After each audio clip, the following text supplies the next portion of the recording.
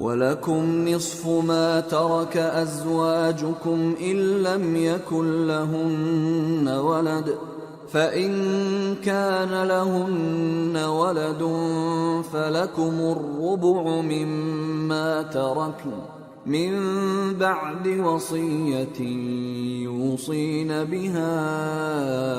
أَوْ دَيْنٍ وَلَهُنَّ الرُّبُعُ مِمَّا تَرَكْتُمْ إِن لَّمْ يَكُن لَّكُمْ وَلَدٌ فَإِن كَانَ لَكُمْ وَلَدٌ فَلَهُنَّ الثُّمُنُ مِمَّا تَرَكْتُم مِّن بَعْدِ وَصِيَّةٍ تُوصُونَ بِهَا أَوْ دَيْنٍ وَإِن كَانَ رَجُلٌ يُورَثُ كَلَالَةً أَوْ امْرَأَةٌ وَلَهُ أَخٌ أَوْ أُخْتٌ فَلِكُلِّ واحد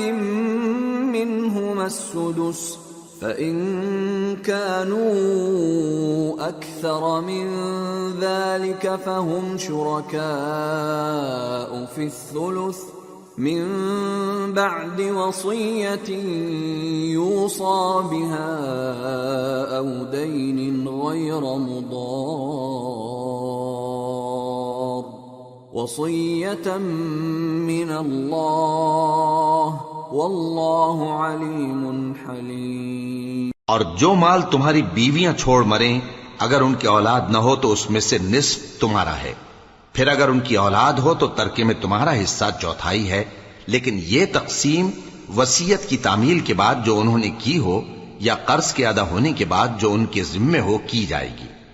اور جو مال تم مرد چھوڑ مرو اگر تمہاری اولاد نہ ہو تو تمہاری بیویوں کا اس میں چوتھا حصہ ہے، پھر اگر تمہاری اولاد ہو تو ان کا 8واں حصہ ہے۔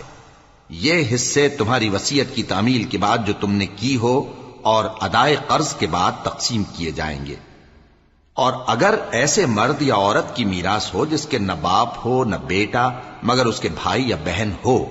تو ان میں سے ہر ایک کا 6واں حصہ ہے، اور اگر ایک سے زیادہ ہوں تو سب 1/3 میں شریک ہوں گے۔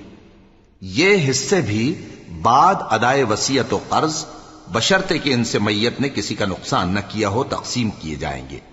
یہ اللہ کا فرمان ہے اور اللہ نہایت علم والا ہے، بردبار ہے۔